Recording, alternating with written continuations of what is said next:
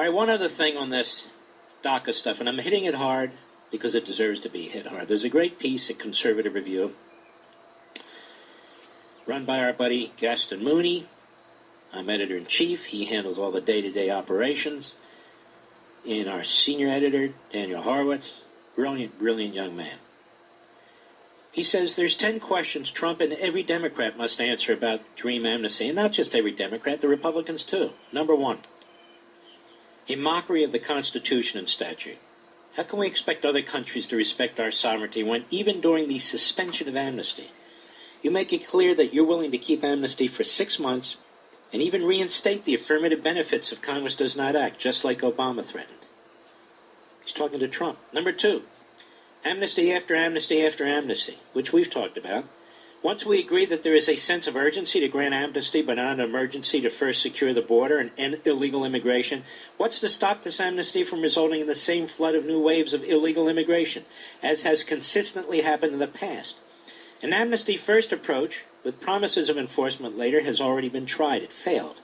What about Americans first? Exactly what we talked about the other day. Immediate amnesty for parents. We talked about this too, but I like the way Horowitz lays it out here. Once you agree to the premise that there is a moral obligation to grant those brought here as kids, not just amnesty, but a path to citizenship, won't the next argument be we can't divide up families? This will lead to the immediate clamor to grant amnesty to the parents. Senator Dick Durbin is already saying this. Will we ever draw a line? No, because amnesty is now an entitlement. Amnesty, number 4, brings chain migration. Within 5 years or so, the newly amnestied illegals will then be able to bring in their family members like any other American. So this isn't just about 800,000 people. This is endless chain migration of low-skilled immigrants draining our welfare state. How is it moral to the American citizen to pass amnesty before securing an agreement to pass the RAISE Act? Now remember, that's an act that provides different standards for legal immigration, led by, among others, Tom Cotton, who is a terrific senator. Number 5, the next wave of dreamers. The DACA amnesty applied only to those brought here as children before 2007. Thus, it's mainly for those who are currently in their 20s and 30s. Mainly in their 20s and 30s. Once we agree that there's blanket entitlement for amnesty, Daniel, you must be listening, that there's a blanket entitlement for amnesty for anyone brought here as a kid, with the fiscal and cultural burden borne by Americans, by no fault of their own, of course, what about the next generation of dreamers? The minute this amnesty passes, there will be a clamor to amnesty those who are even younger, roughly 1 to 12 years of age. They will have an even more sympathetic argument for amnesty. Ironically, we have been flooded with hundreds of thousands of Central Americans precisely because of DACA amnesty, yet they aren't part of the program. What happens to them? What happens to the new wave spawned by that amnesty? Don't kid yourselves. This isn't a limited amnesty. Once you telegraph the message that as soon as someone successfully comes here illegally and puts down roots, we will not have the stomach to deport them, why would that change during the next cycle? Exactly right. Number 6, endless litigation from amnesty will paralyze enforcement, even without amnesty. The courts are already blocking deportation even of criminal aliens.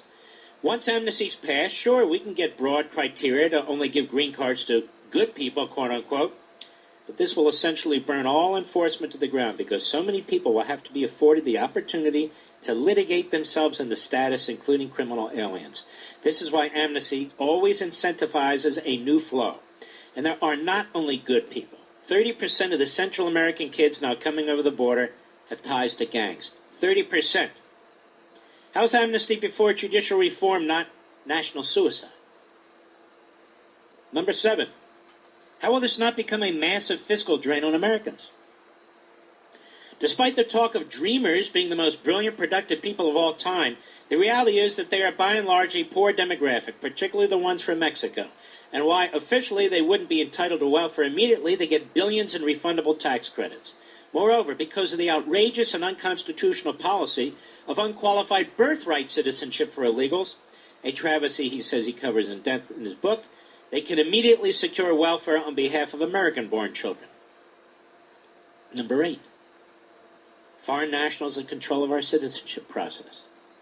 Speaking of unconditional birthright citizenship, How is it fair to grant retroactive amnesty to those brought here as children before we prospectively fix the birth tourism and anchor baby scams? We'll obviously honor the citizenship already granted under the false interpretation of the 14th Amendment, but without a proposal to change birthright citizenship first. The DREAM Act would expand our anchor baby magnet to an anchor teenager phenomenon. He's right. There's the chain migration. There's the anchor baby issue. There's no end to this. You don't secure the border, more and more, quote-unquote, kids will be brought here against their will, no fault of their own, into the United States. Next cycle, next cycle, next cycle. And he's also right about this DACA applies to people brought here before 2007. What about people brought here before 2017? That's the next wave. Number 9, why on earth would we grant any amnesty before fulfilling the sacred obligation to the American people by deporting the 2 million criminal aliens in this country? 2 million. Almost 1/4 of the federal prison population is made up of non-citizens. And if you read Liberty and Tyranny, I spent a lot of time on this. And why is this even a partisan issue? Why on earth, with all the crime we have domestically, would we hold the criminal population of another country? There are 925,000 aliens with pending deportation orders who still haven't been deported. Sanctuary cities have just released 10,000 criminal aliens who went on to commit crimes. Our ICE agents are understaffed and are now stymied by sanctuary cities and sanctuary courts. Why is Trump not making Pelosi tweet with urgency to protect Americans before he tweets about her amnesty? Because he has surrendered on this. He's thrown it out the window. Number 10, one issue that we've talked about endlessly. What about fixing visa overstays first? More than 600,000 people who overstayed their visas in 2016 alone still remain in our country. This is a violation of our sovereignty and was the core security gap that led to 9/11. Why would we make an emergency of amnesty before fulfilling the responsibility to the American people to fix our visa tracking system? So you see, they claim this is compassionate. Compassionate for whom and to whom? Yes, for whom and to whom. And yet this debate is really not allowed on network TV or cable TV or satellite TV, and apparently in the halls of the White House. I'll be right back.